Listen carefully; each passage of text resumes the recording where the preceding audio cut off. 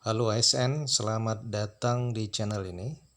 Video kali ini kita membahas terkait dengan Inpres Presiden Prabowo Subianto yang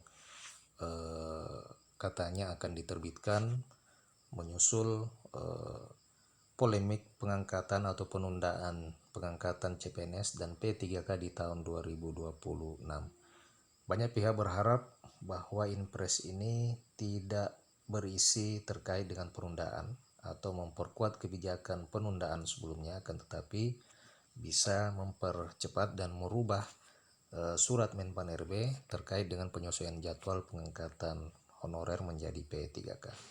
Informasi selengkapnya ayo ditonton secara lengkap video ini. Tapi sebelum itu, kepada rekan-rekan yang baru pertama kali bergabung di channel ini, silahkan tekan tombol subscribe dan nyalakan tombol lonceng untuk terus mendapatkan perkembangan-perkembangan terkini informasi pengangkatan honorer menjadi P3K. Termasuk juga bagi rekan-rekan yang ingin mengikuti seleksi tahap kedua, rekan-rekan bisa mendapatkan paket lengkap bank soal terbaru sesuai dengan kisi-kisi resmi melalui admin kami. Nomor WA-nya saya bagikan di kolom deskripsi video ini.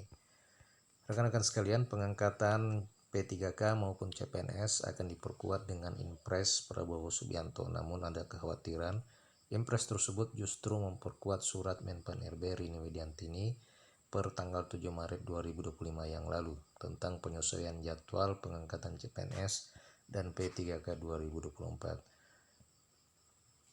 Ketua Umum Asosiasi P3K Nurbaiti menyebutkan bahwa akhirnya pihak istana merespon polemik penundaan pengangkatan CPNS dan P3K 2024. Semoga ini awal baik dan angin segar untuk honorer khususnya.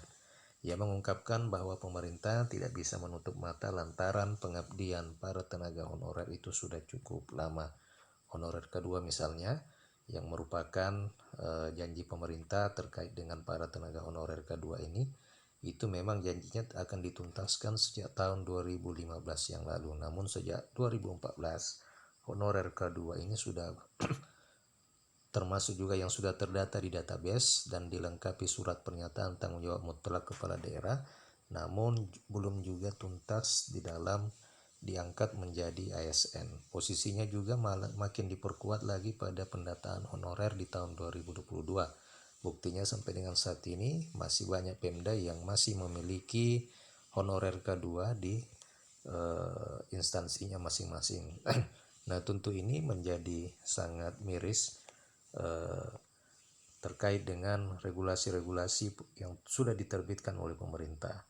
Nah, isi Inpres ini juga diharapkan bisa mengakomodasi seluruh honorer yang sudah terdata di database maupun yang sudah mengikuti seluruh rangkaian seleksi P3K 2024 tahap 1 maupun tahap 2 dengan kriteria mereka yang lulus dengan formasi R2.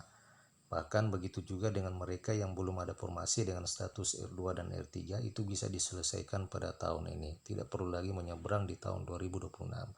Harapan besarnya ini jalan terakhir penyelesaian honorer, jangan menjadi PR besar pemerintah lagi. Setidaknya janji pemerintah menyelesaikan honorer sesuai Undang-Undang Nomor 20 Tahun 2023 tentang ASN itu betul-betul dijalankan sesuai dengan kaidahnya. Demikian info kali ini. Terima kasih. Jika ada pertanyaan dan tanggapan, silakan tuliskan di kolom komentar. Terima kasih. Sampai jumpa di video berikutnya.